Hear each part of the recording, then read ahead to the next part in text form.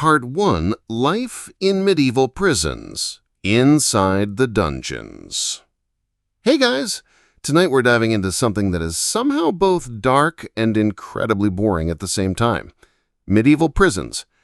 Now, don't panic. This isn't going to be one of those dramatic, horror-filled dungeon tours where people scream about torture racks and bloodstains. No. We're going to take it slow, we're going to drift, and we're going to talk about the very unglamorous, very uncomfortable, and often very smelly world of imprisonment in the Middle Ages. So get comfortable, dim the lights, maybe grab a blanket, and let's wander into the damp stone corridors of medieval justice, where you didn't exactly get a comfy cell with a stainless steel toilet. You got, well, rats, damp hay, and probably a guy coughing his lungs out in the corner. The first thing to know about medieval prisons is that, ironically, they weren't really meant for long-term punishment. In fact, most of the time, people didn't even expect you to sit there for years on end. Medieval justice wasn't about locking you up until Netflix canceled your favorite show. It was much simpler, in a sort of horrifying way. You either got fined, publicly humiliated, or executed. Problem solved. But prison? That was usually just the waiting room. You were stuck there until someone decided what to do with you. Kind of like a medieval DMV, except instead of a ticket number, you might end up with a death sentence. And here's the funny part. Because prison wasn't designed as punishment itself, nobody really cared if it was comfortable or humane, which is why when we picture dungeons with their dripping walls and skeletons chained to them, that wasn't too far off the mark. Let's start with the Tower of London, because of course, everyone thinks of it as this glamorous royal prison where famous people were locked away. And yes, if you were important enough, like Anne Boleyn or Sir Thomas More, you got a pretty nice setup. We're talking decent food, a private room, maybe even some furniture. Nobles were basically on a medieval Airbnb plan, captive but catered. But if you were just a random person tossed into the tower, well, good luck.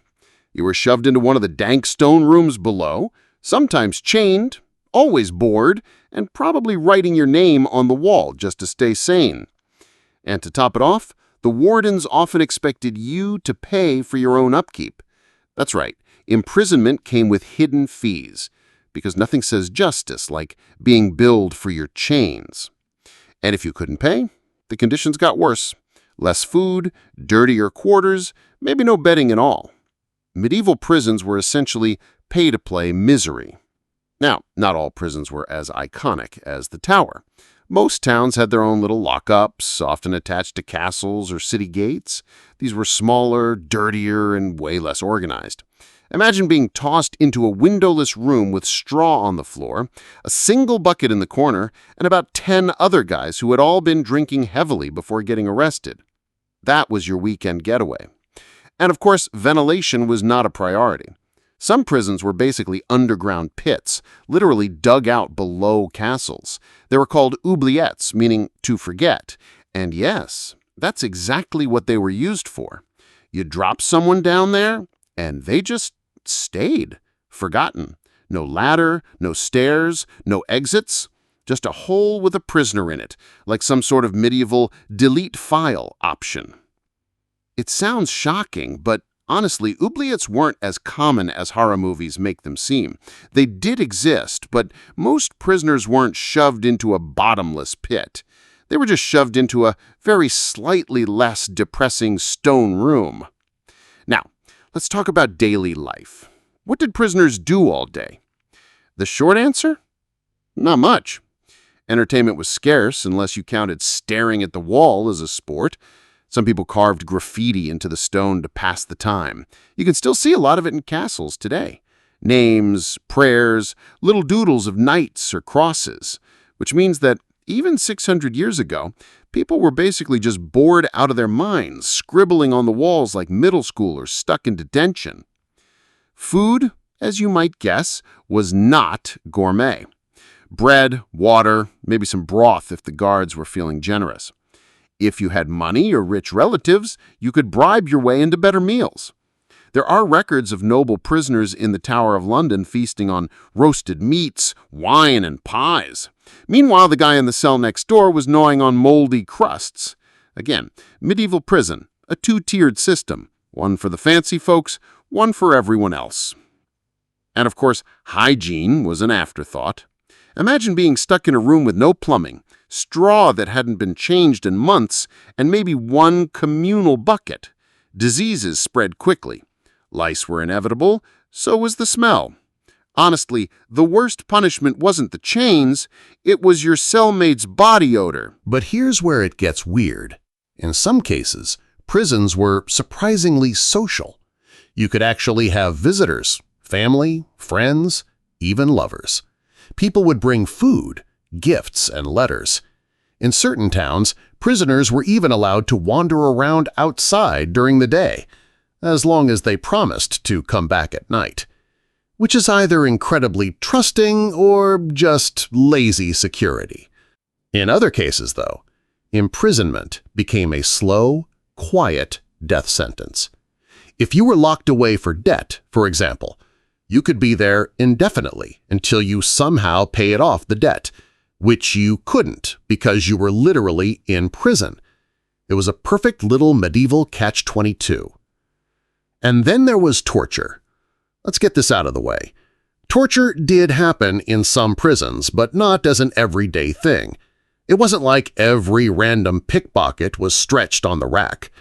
Torture was mostly reserved for extracting confessions or for high-profile prisoners the authorities really wanted to squeeze. So while yes, people were sometimes racked, burned, or shackled in brutal ways, it wasn't a constant parade of horror. More often than not, the torture of prison was just the monotony. Sitting in the dark, not knowing if you'd be released, executed, or just kept there until you rotted. Slow, boring, depressing. Exactly the kind of thing that puts you right to sleep. And speaking of boredom, let's drift over to one of the most famous medieval prisoners, Charles of Orleans. He was captured at the Battle of Agincourt in 1415 and spent 25 years as a prisoner in England.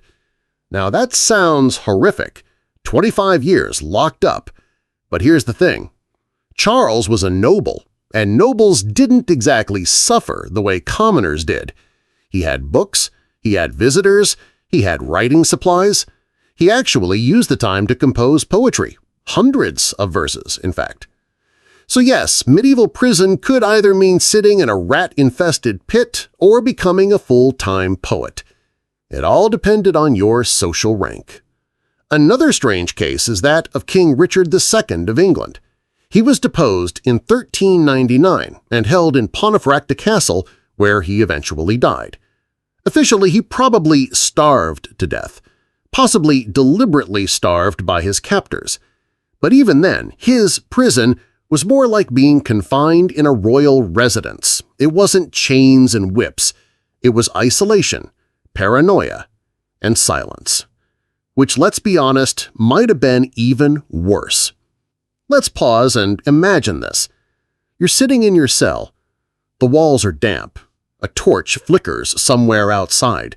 Your straw bed crunches when you move because it's basically half hay, half bugs at this point. The guard stomps by. Maybe glances in, maybe doesn't. You don't know how long you'll be here. Days? Weeks? Years? This was the reality for thousands of people across medieval Europe. Most of them never made it into the history books. Their names were never remembered. Their graffiti probably got scrubbed off centuries ago. But they sat there, in the dark, waiting. And the thing is, the medieval world didn't even consider this punishment. To them, it was just holding, like keeping meat in a cellar until you decided whether to cook it or throw it out. So medieval prisons weren't glamorous, they weren't dramatic, they were just depressing, which in its own way makes them kind of fascinating because when we think of medieval justice, we imagine gallows, battlefields, executions, but the quiet suffering of prisons, that was just as much a part of life. And that's where we'll leave it for now, because in Part 2, we'll wander deeper into the world of dungeons, looking at some of the most infamous prison stories, the noble prisoners who actually thrived, and the not-so-noble ones who didn't make it out alive. So settle in, we've got a long way to go through the medieval underworld of stone walls and iron bars. Part 2. More Tales from the Medieval Dungeon. All right, friends, still awake? Hopefully not, but if you are, let's drift a little deeper into the dim corridors of medieval imprisonment. Because while we've set the stage with the basics, straw floors, sad bread, and the occasional noble turning their cell into a poetry workshop, there's a lot more weirdness to unpack.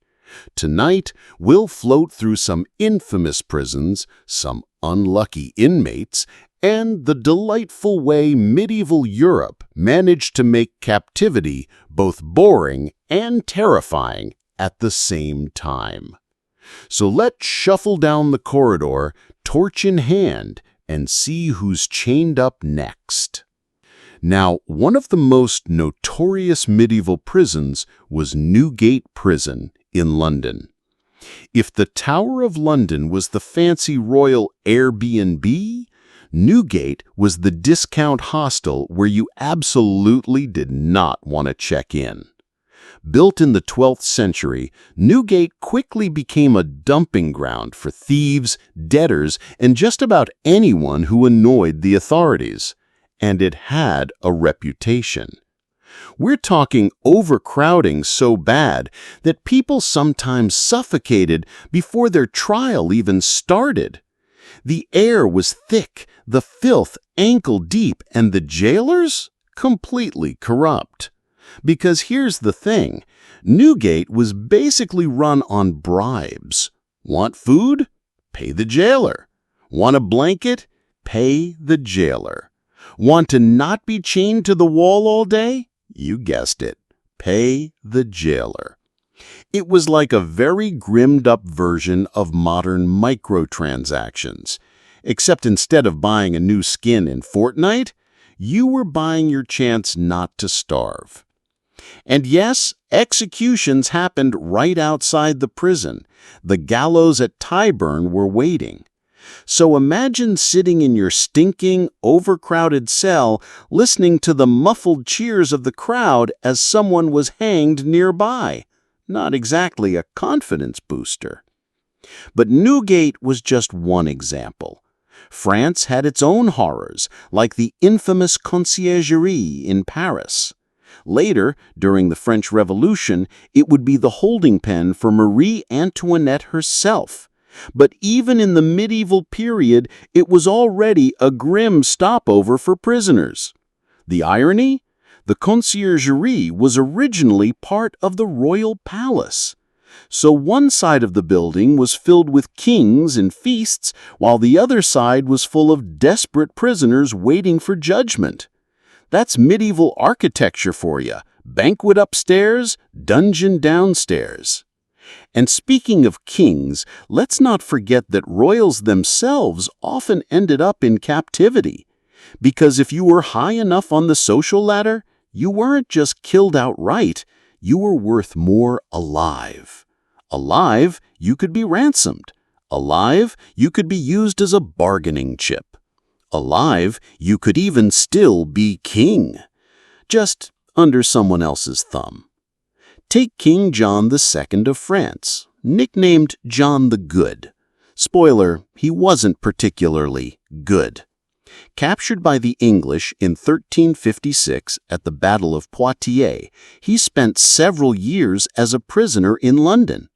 But don't picture him shivering in chains. No. John had servants, fine food, hunting trips, even parties. His captivity was more like being on an extended awkward vacation. And here's the kicker. When John was eventually allowed to return to France, he voluntarily went back to England after his son failed to honor the ransom deal. Yes, you heard that right. A king actually returned to prison. Because apparently He thought it was the honorable thing to do, which probably makes him the only medieval prisoner who ever said, "You know what? I miss my cell." But not everyone in royal custody had it so cushy. Consider poor Eleanor of Aquitaine. One of the most powerful women of the Middle Ages, she spent about 16 years in semi-imprisonment after rebelling against her husband, King Henry II of England. 16 years! And unlike her son, Richard the Lionheart, who was also captured at one point and ransomed back like a medieval celebrity, Eleanor's captivity was quiet, long, and isolating. She wasn't tortured. She wasn't thrown in a pit. She was just confined, which in many ways was the crueler option. No excitement, no end date, just the slow erosion of freedom. Medieval prisons weren't always about pain. Sometimes they specialized in boredom.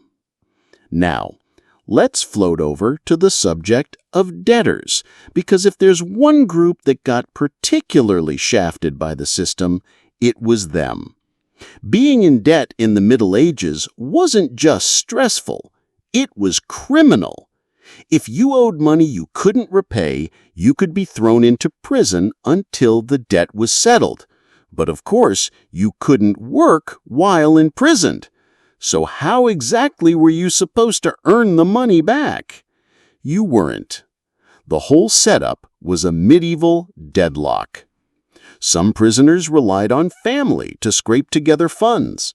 Others begged from their cells, literally shouting to people passing by on the street to toss them coins through the bars. Entire prisons became little markets of desperation. The poor begged, the slightly wealthier bribed guards, and the rich, they sometimes turned their imprisonment into a kind of twisted social club.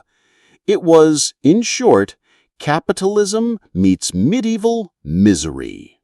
And yet, amidst the gloom, we occasionally see strange stories of creativity, like that of Boethius, a Roman philosopher imprisoned in the early medieval period. Locked up and awaiting execution, he wrote The Consolation of Philosophy, a book so influential it became required reading for centuries. Which just goes to show, even in prison, some people manage to churn out bestsellers.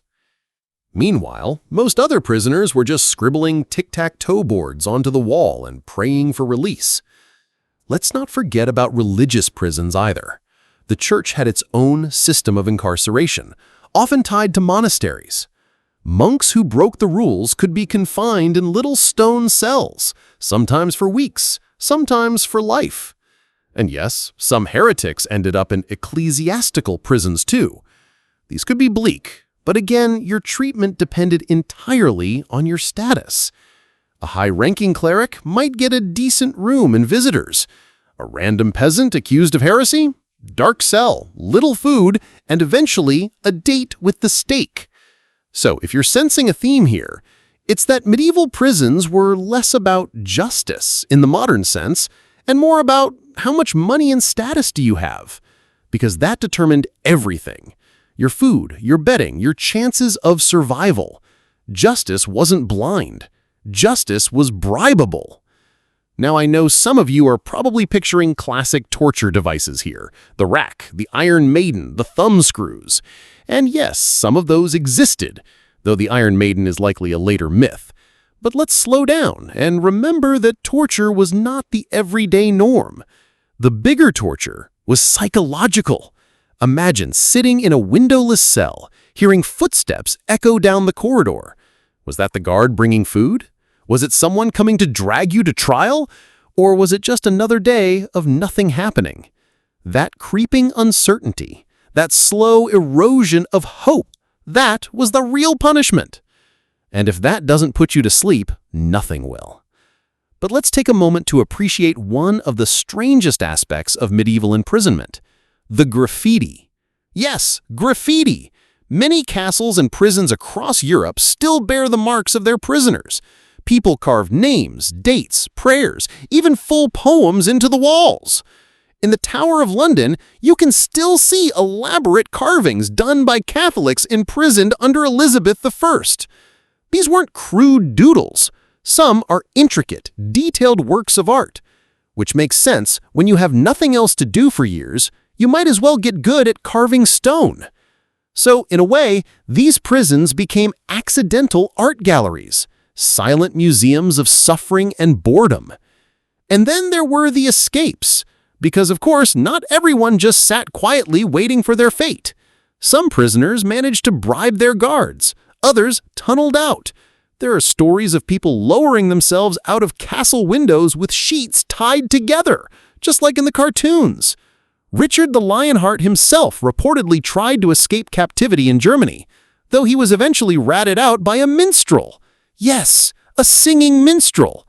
Truly, medieval Europe never fails to be both tragic and ridiculous at the same time. But successful escapes were rare. Most people simply didn't have the resources, the strength, or the opportunity, and so they stayed, waiting. So let's picture it again. The flicker of torchlight, the damp air pressing against your skin, straw crinkling under you as you shift, maybe the sound of someone coughing in the darkness.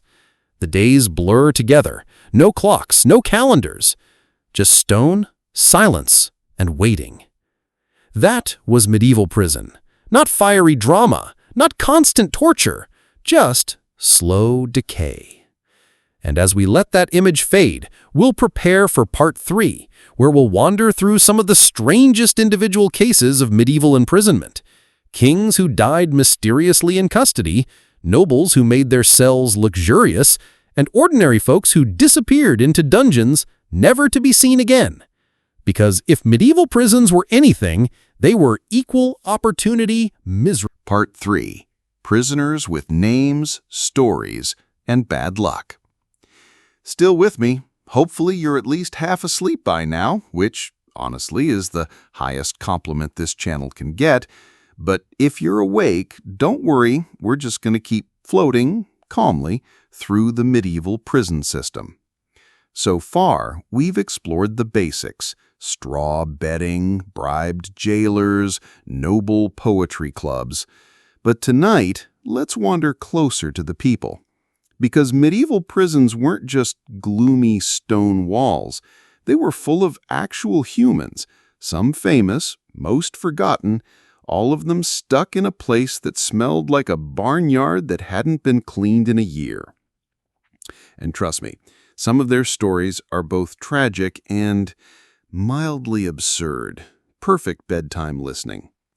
Let's begin with one of the most famous medieval prisoners, Richard the Lionheart. Yes, the crusading king, the chivalric poster boy, the man Hollywood loves to cast as either a noble knight or a bad-tempered warlord. After his adventures in the Holy Land, Richard was captured in 1192 while traveling back through Europe. He was basically kidnapped by Leopold of Austria, who wasn't thrilled with Richard for tearing down his flag during the Crusades, because medieval kings were apparently just very dramatic roommates. Richard was then sold to the Holy Roman Emperor Henry VI and held for ransom. Now, this ransom was huge. We're talking 150,000 marks, an amount so insane it could have bankrupted entire kingdoms. England had to squeeze every possible coin from its people. Extra taxes, church silver melted down, the works. And while Richard was technically a prisoner, don't imagine him shivering in some pit. He was a royal prisoner. He had attendants, books, letters coming and going. Still, being king and locked up by someone else, that had to sting. And the ransom took so long to raise that Richard was stuck in captivity for about a year.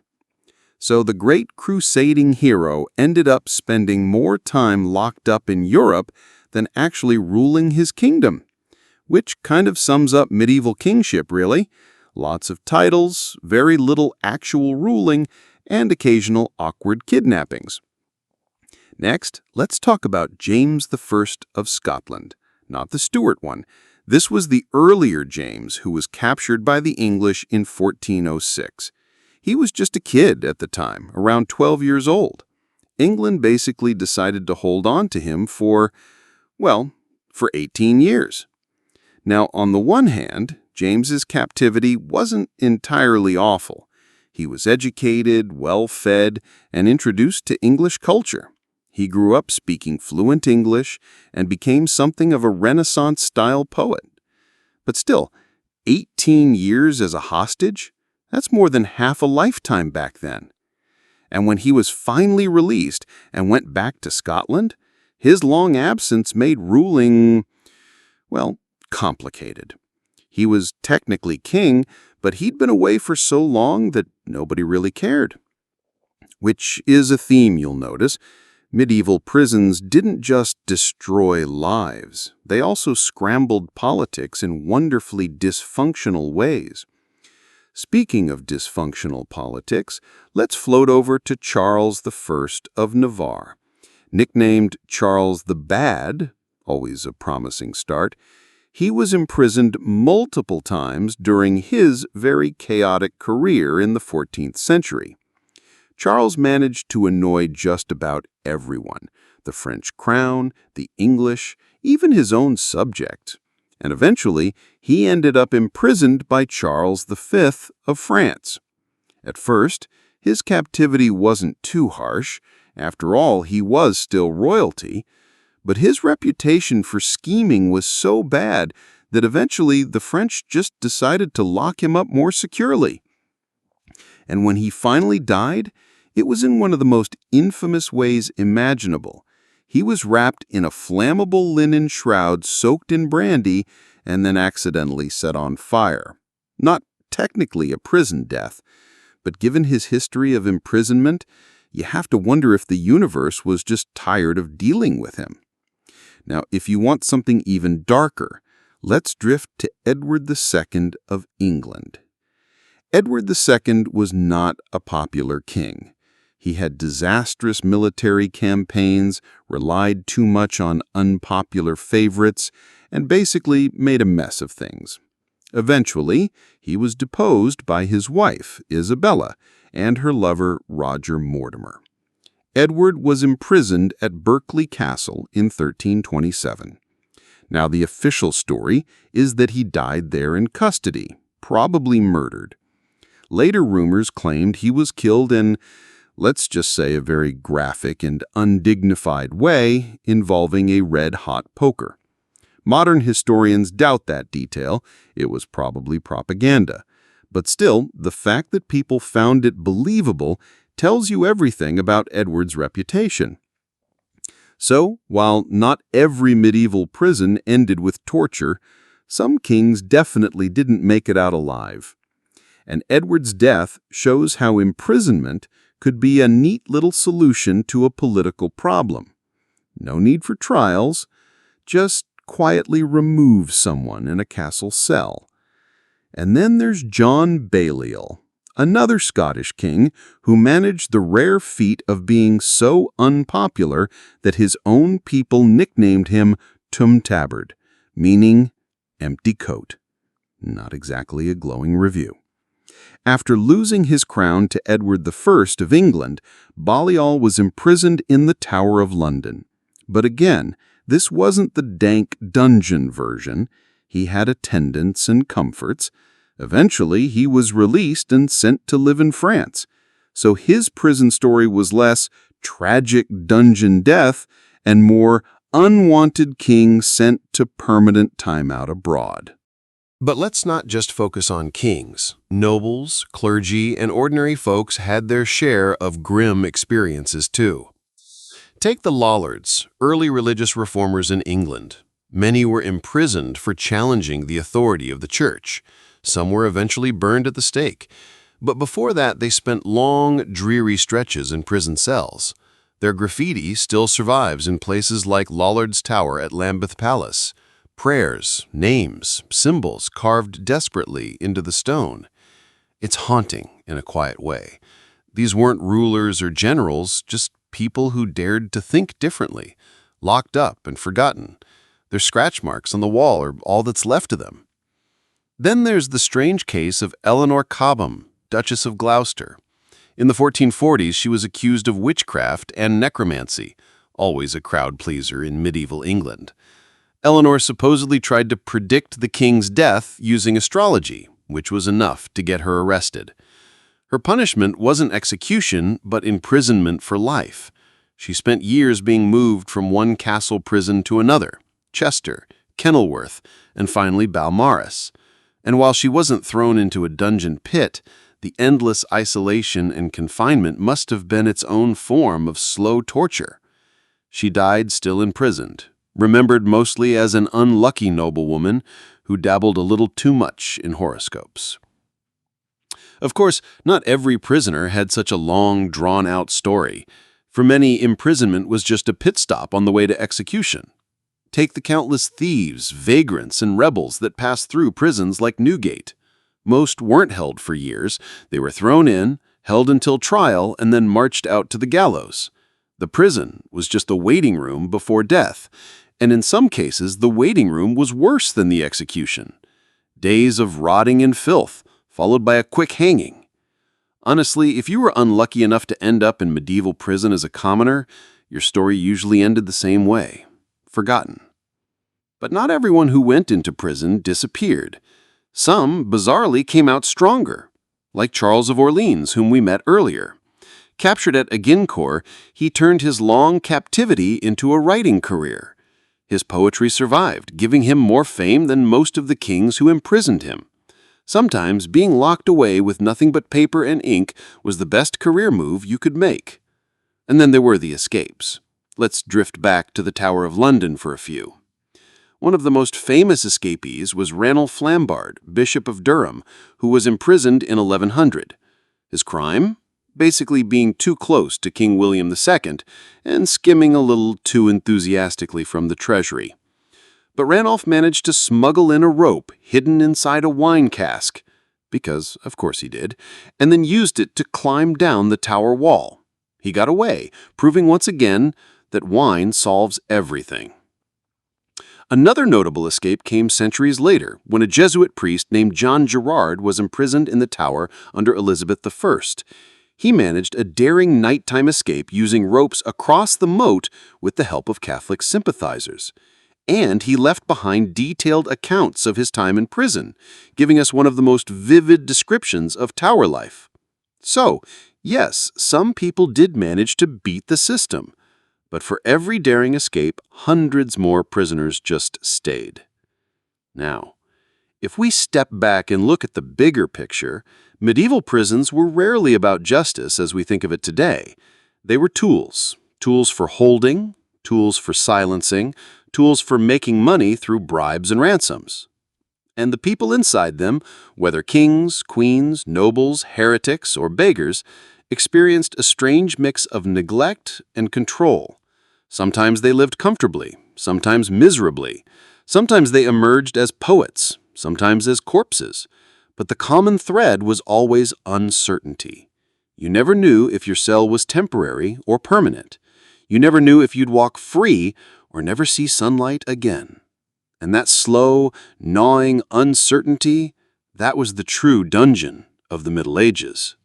So, as we let the stone walls fade away, we'll prepare for Part 4, where we'll meander into the myths and misconceptions, the so-called torture chambers, the exaggerated legends of Iron Maidens, and the way later centuries loved to imagine the medieval dungeon is even worse than it was. Because sometimes the story of medieval prisons is as much about how we remember them as it is about what they really were. Part 4.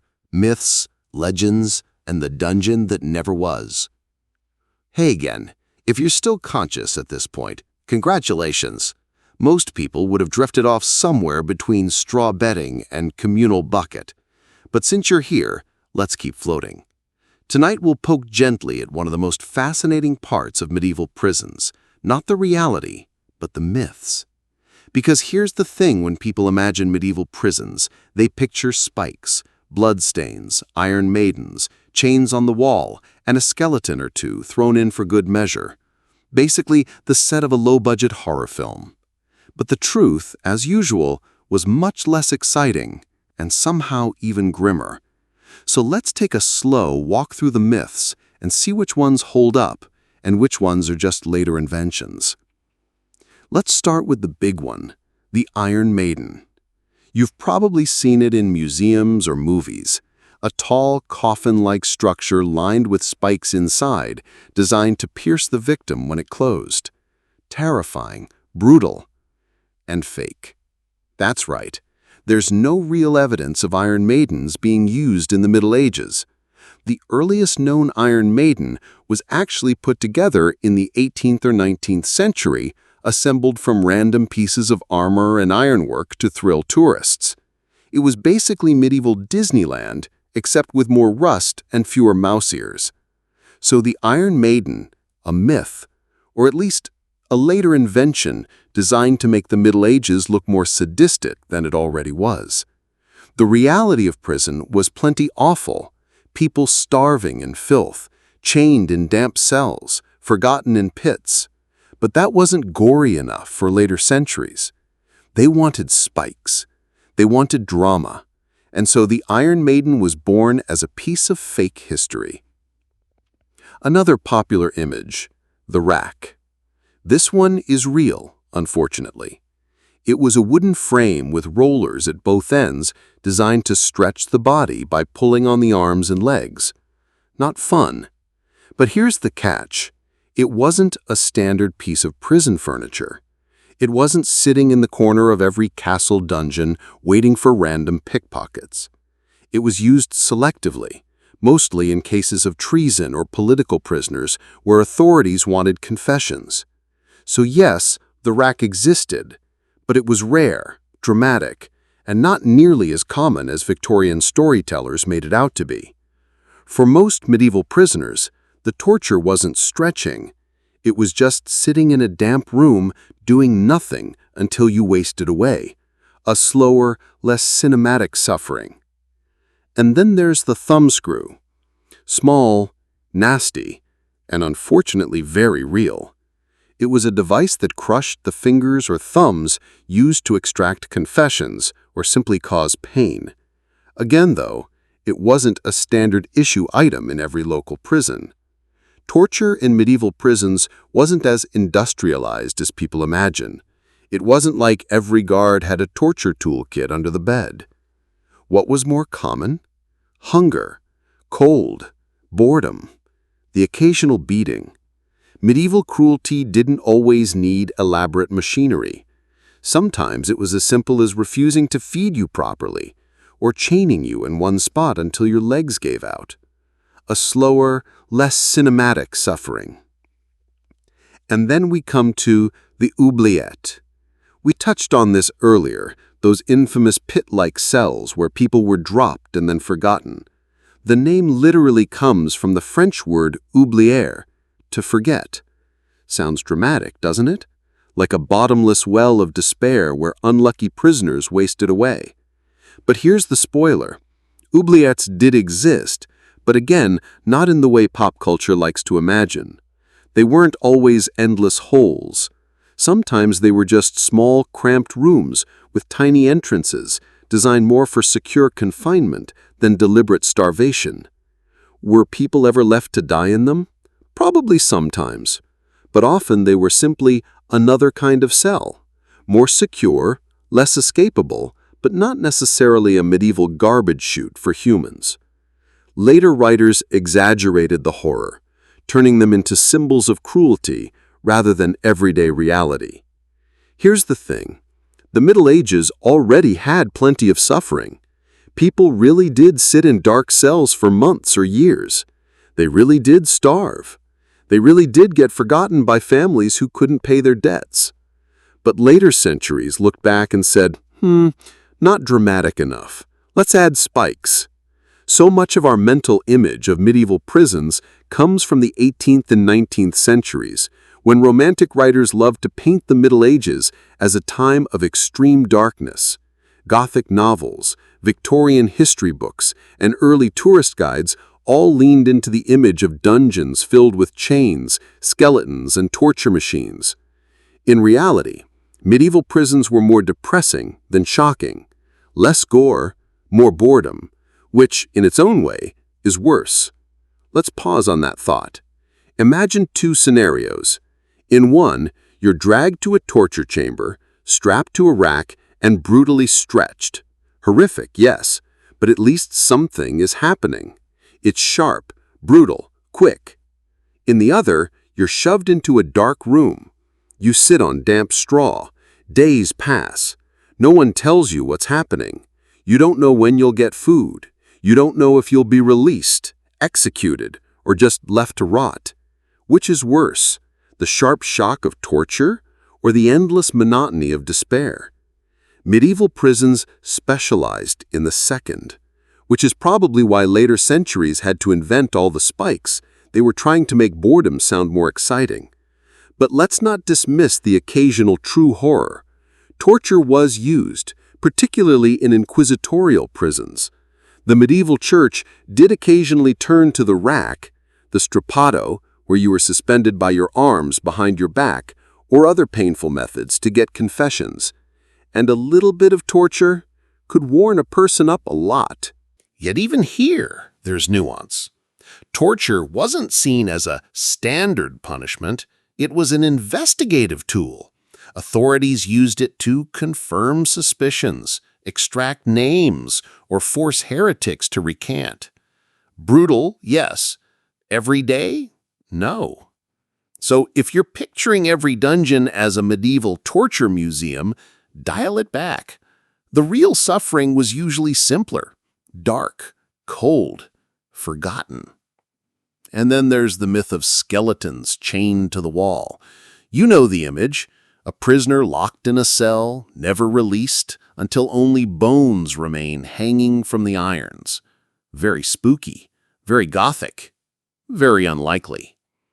Archaeologists rarely find chained skeletons in medieval prisons. Most prisoners were either executed, released, or starved, but not left in cinematic poses for future tourists. The skeleton in chains trope was more of a Victorian imagination, designed to thrill visitors wandering through ruined castles. Which again proves the point: the myths of medieval prisons are more dramatic than the reality. The real horror was slower, quieter, and much harder to romanticize. And yet, we love the myths. When you visit old castles today, the dungeon is always a highlight. Guides will whisper about oubliettes, torture racks, secret passages. They'll point to scratch marks on the wall and say, these were left by desperate prisoners. Sometimes true, sometimes not. The myth of the medieval dungeon survives because it's more entertaining than the truth. Nobody wants to hear about people slowly dying of lice and boredom. They want spikes, they want chains, they want skeletons. But in some ways, I think the truth is more chilling. Because if you strip away the drama, what you're left with is the raw reality of human neglect. People abandoned, people ignored, people treated like clutter shoved into a closet. That's not Gothic horror. That's just human indifference. Now, let's drift over to how prisons were remembered. By the Renaissance and Enlightenment, people began looking back at the Middle Ages as the Dark Ages, and nothing fit that image better than the dungeon. Writers exaggerated, travelers embroidered their stories, and antiquarians eagerly displayed torture devices in museums, even if some of them were outright fakes. The dungeon became a cultural symbol of barbarism, of cruelty, of everything the modern age supposedly wasn't. Never mind that 18th century prisons weren't exactly humane either. It was easier to project all the misery onto the Middle Ages. And so the myth stuck. But here's the twist. Even though a lot of the myths are exaggerated, the feeling of medieval prisons still comes through. When you step into a castle dungeon today, real or reconstructed, you still get that sense of heaviness. The air feels colder, The stones feel closer. You imagine the flicker of a torch, the rattle of a chain, the slow shuffle of footsteps. It might not have been spikes and skeletons, but it was still misery. Quiet, slow, suffocating misery. And in the end, that's what makes medieval prisons such a strangely fascinating subject. They weren't horror movies. They weren't Gothic novels. They were worse. They were boring. And in that boredom, lives simply withered away. So as we close this part, let's picture it one last time. The dungeon isn't a rack with spikes. It isn't an Iron Maiden. It isn't skeletons chained to walls. It's a dark room, a prisoner sitting in silence, time stretching endlessly, nothing happening, nothing ever changing. And if that doesn't put you to sleep, well, maybe you need an oubliette of your own. And with that, we'll drift toward part 5, where we'll wander into the decline of the medieval dungeon, the slow rise of more modern prisons, and how the idea of locking people away shifted from temporary holding to long-term punishment. Because prisons didn't end in the Middle Ages, they just evolved. Part 5. From Dungeon to Prison. The Long, Slow Shift. All right, friends, welcome back. We've crept through the medieval dungeon. We've sniffed the straw, admired the graffiti, politely declined the moldy bread. And we've also gently dismantled a few myths about Iron Maidens and chained skeletons. But the story doesn't end there. Tonight, let's drift a little further along the timeline, because prisons, like everything else in history, didn't just vanish when the Middle Ages ended. They evolved, slowly, awkwardly, sometimes worse before they got better. So get comfortable. Imagine the candle sputtering lower. We're about to see how medieval prisons turned into the modern ones of the Renaissance and beyond. First, let's remind ourselves, in the medieval world, prison wasn't usually a punishment. It was a waiting room.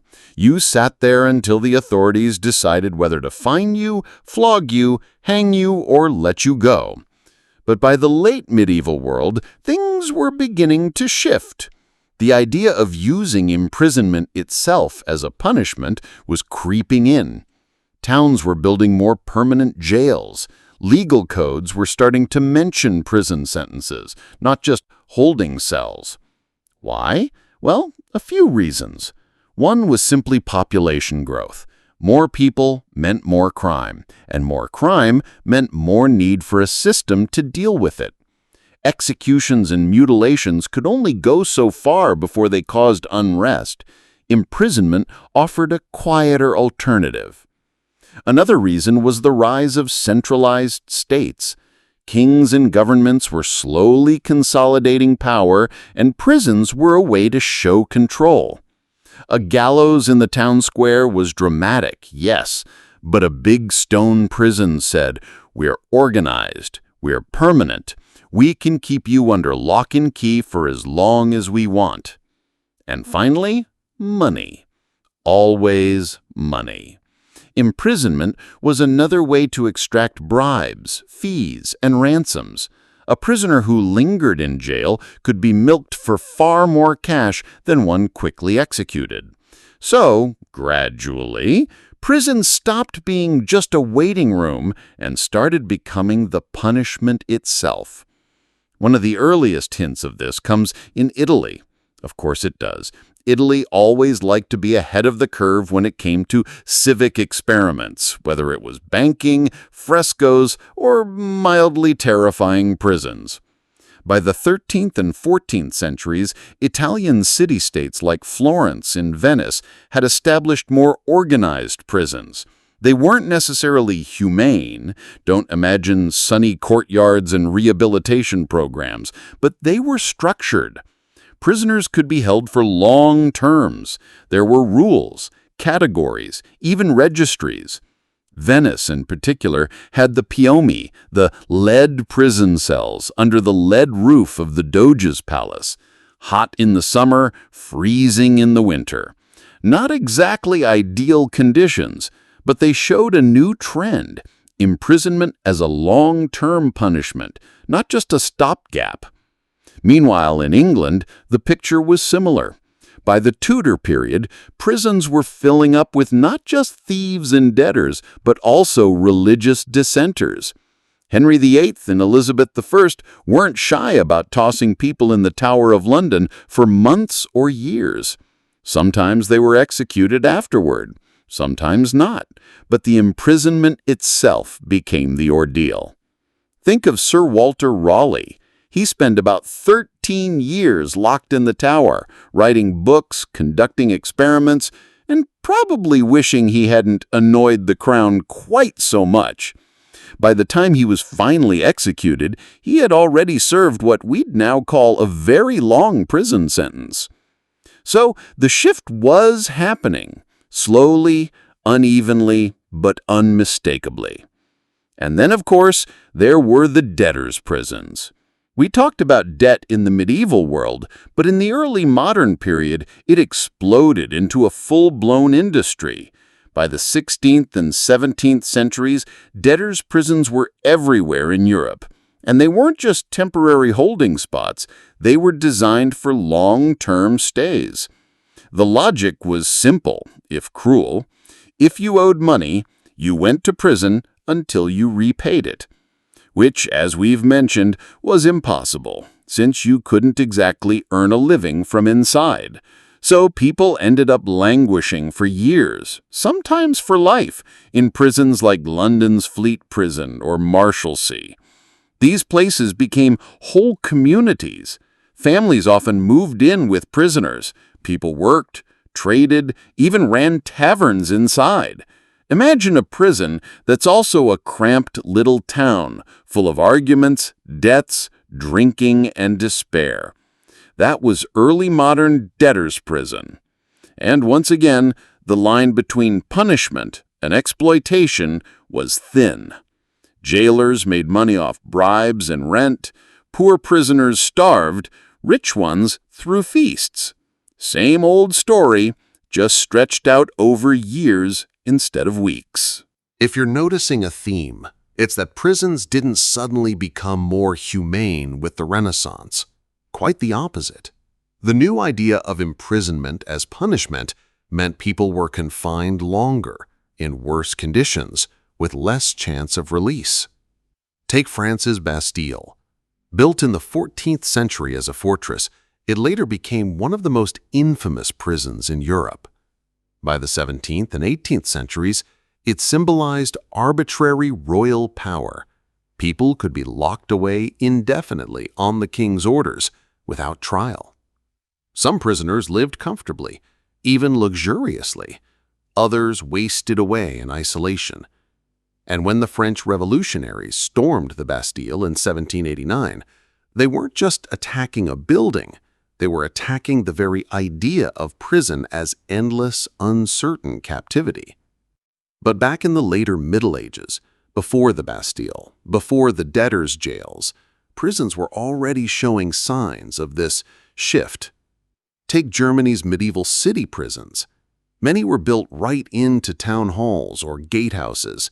They became permanent features of civic life. And records show people being sentenced not just to await trial, but to actual terms, months, even years. Punishments like mutilation or execution didn't disappear, but they were supplemented by this new, quieter punishment, confinement, a way to remove troublemakers without necessarily killing them. In a way, it was more civilized. In another way, it was just slower death. Let's pause for a moment to notice something. When we think of prisons today, we imagine rehabilitation, or at least the idea of serving time with an end in sight. But in the medieval and early modern mindset, imprisonment was never about reform. It wasn't about making you a better person. It was about making you suffer, or at least making you disappear. Prison wasn't a social service. It wasn't a pathway to redemption. It was a tool of kings, of creditors, of cities trying to keep order. And if you were poor, it was a trap. Now, I know what you're thinking. Surely things got better over time. And yes, eventually, in the Enlightenment, there were prison reform movements. People like John Howard in the 18th century began campaigning for cleaner conditions, for limits on fees, for some shred of humanity. But in the medieval to Renaissance transition, no. If anything, prisons got worse. More people, longer terms, greater reliance on confinement as punishment, and almost no effort to keep things clean or humane. So the story isn't one of steady progress. It's one of shifting misery, from short-term holding cells full of straw and rats to long-term debtors' jails full of despair, to fortress prisons where political prisoners languished for decades. Different forms, same suffering. And through it all, the myths grew.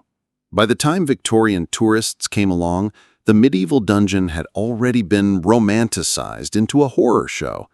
The real history, dreary, boring, bureaucratic, was too dull. So they gave us spikes, skeletons, and iron maidens. But underneath the myths lies a quieter truth. Medieval prisons set the stage for everything that followed. The damp straw of the dungeon became the overcrowded barracks of the debtors' jail, which became the regimented cells of the Enlightenment penitentiary. It's not a clean story. It's not a happy one, but it is continuous. So, as we close part 5, let's picture the slow fade. The Middle Ages didn't end with the clang of dungeon doors slamming shut. They just quietly morphed into a new kind of prison. The darkness of the oubliette gave way to the bureaucracy of the fleet. The silence of a stone castle cell turned into the noise of a debtor's hall packed with desperate families. Different walls, same despair. And in part 6, we'll drift towards some of the famous final chapters, the way prisons became political symbols, the way revolutions tore them down, and the strange legacy they left behind in our modern imagination. Because even though we don't live in medieval castles anymore, the ghost of the dungeon is still with us. Part 6. Prisons as Symbols and the Long Afterlife of the Dungeon. Welcome back! If you made it this far, you're basically an honorary medieval prisoner yourself, trapped in these endless corridors of history with no idea when the release date is coming. Hopefully your bed is more comfortable than a straw mat, though. So far, we've wandered through the medieval dungeon, dismantled a few myths, and drifted into the Renaissance, where prisons got bigger, longer lasting, and even more miserable. Now let's look at the next layer of the story, the way prisons became symbols. Because by the early modern period, prisons weren't just places where you stuffed debtors and rebels. They became political statements, icons, the kind of buildings people wrote songs about, stormed during revolutions, or whispered about in fear. Let's take a slow walk through some of those stories. We'll start in France, because of course we will. France loved good dramatic prison. The Bastille is the classic example. Built in the 14th century as a fortress, it eventually became a state prison by the 17th century. And it wasn't even that big, usually holding fewer than 50 prisoners at a time. But those prisoners were often political, nobles, writers, dissenters, and they could be locked away with no trial, just a royal order called a lettre de cachet. So the Bastille became a symbol of arbitrary power. You could be sipping wine in a Paris cafe one day and sitting in a cold cell the next, all because the king felt like it. And when the French Revolution erupted in 1789, the storming of the Bastille became the ultimate act of rebellion. Never mind that there were only 7 prisoners inside at the time, 5 forgers, 1 lunatic, and 1 aristocrat. The symbolism mattered more than the reality. The fall of the Bastille wasn't about freeing the oppressed masses. It was about smashing the idea of royal tyranny stone by stone. Which just goes to show, sometimes the idea of a prison is more powerful than the prison itself. England, of course, had its own version of symbolic prisons.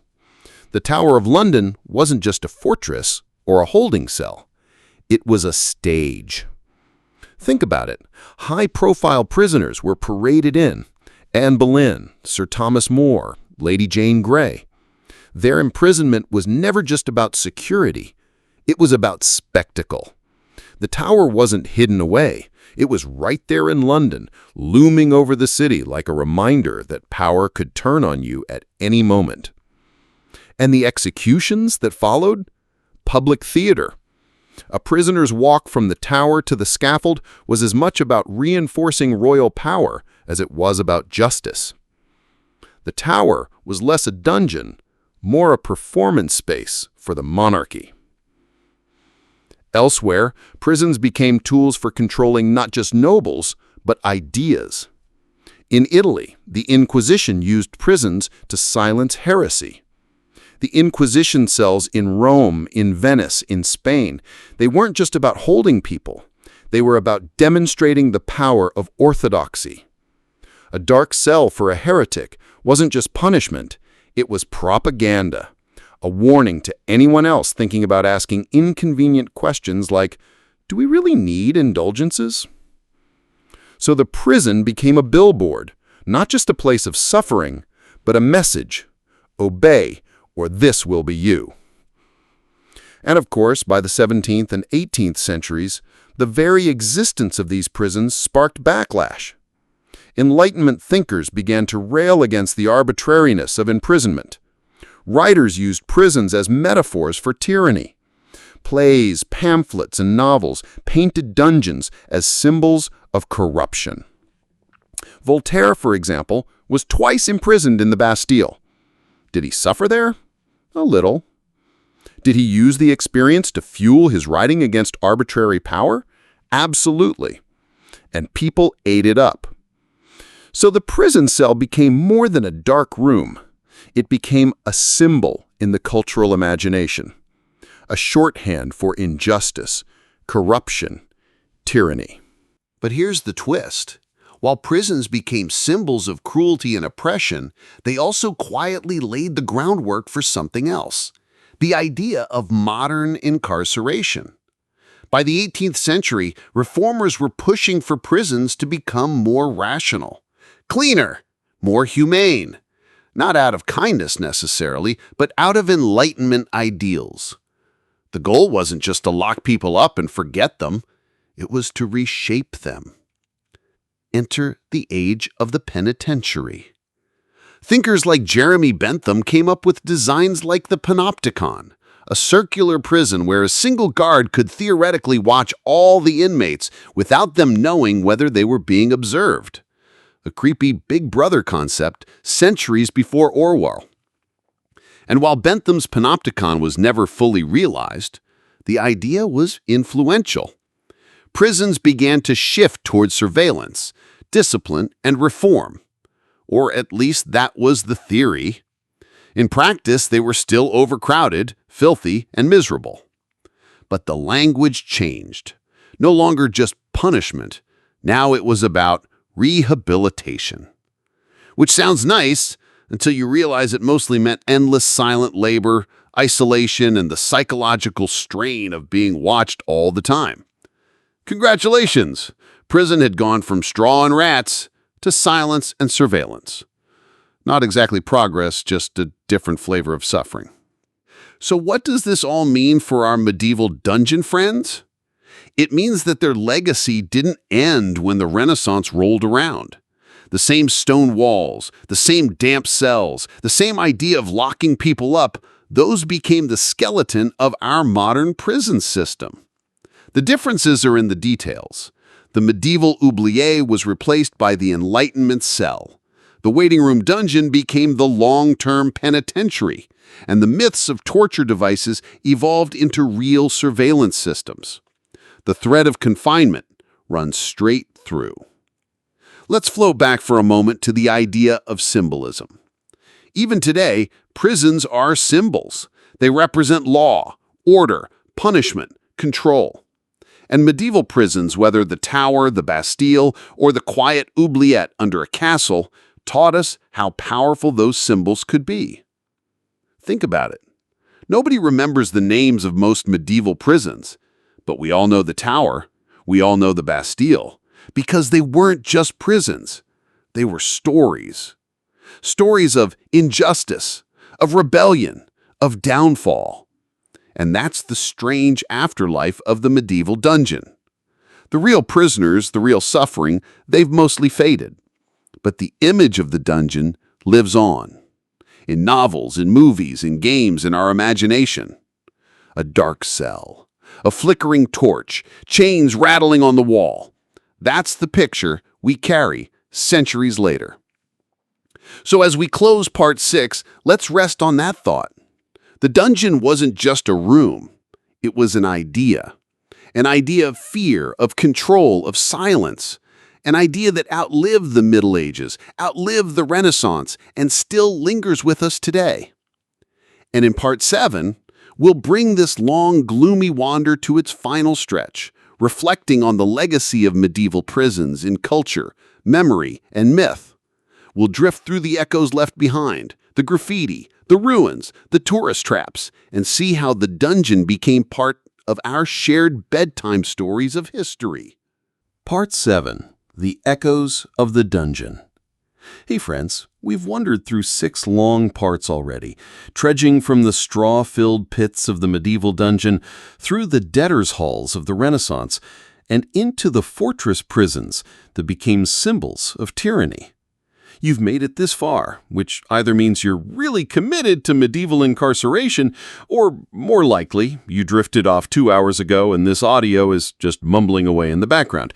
Either way, perfect. Now, for our last part, let's step back. We've seen the history, we've seen the myths, but what about the afterlife of the dungeon? How do we remember it? How does it still whisper to us in ruins, legends, and bedtime stories? Tonight, we'll end not with executions or torture racks, but with the quiet echoes of the prison that still hang in our imagination.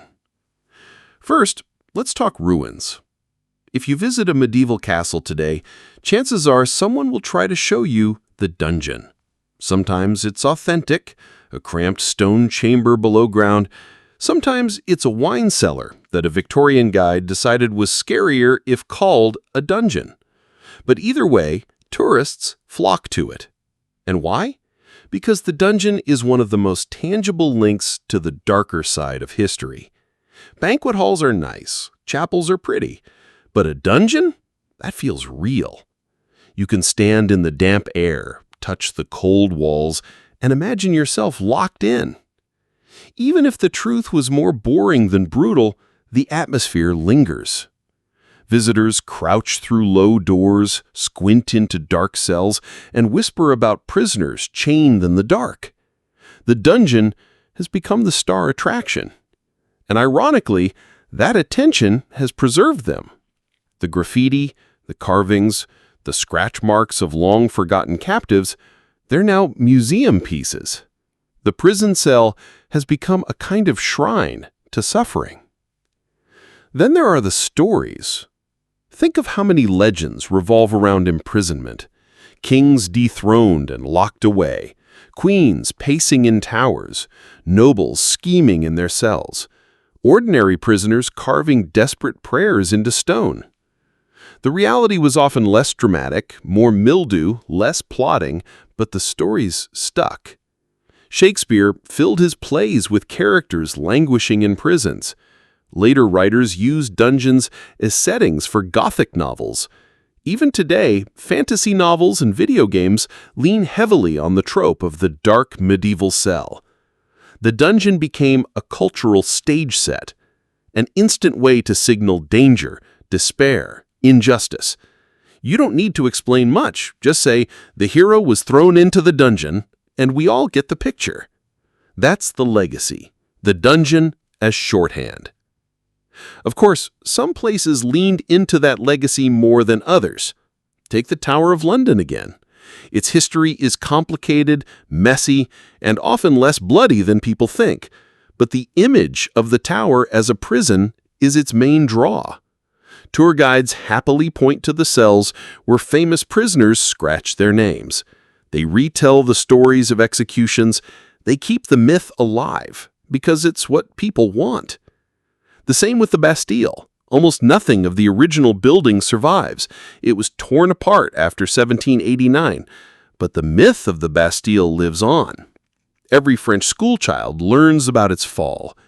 It became a symbol not just of tyranny, but of freedom, of revolution, of breaking chains.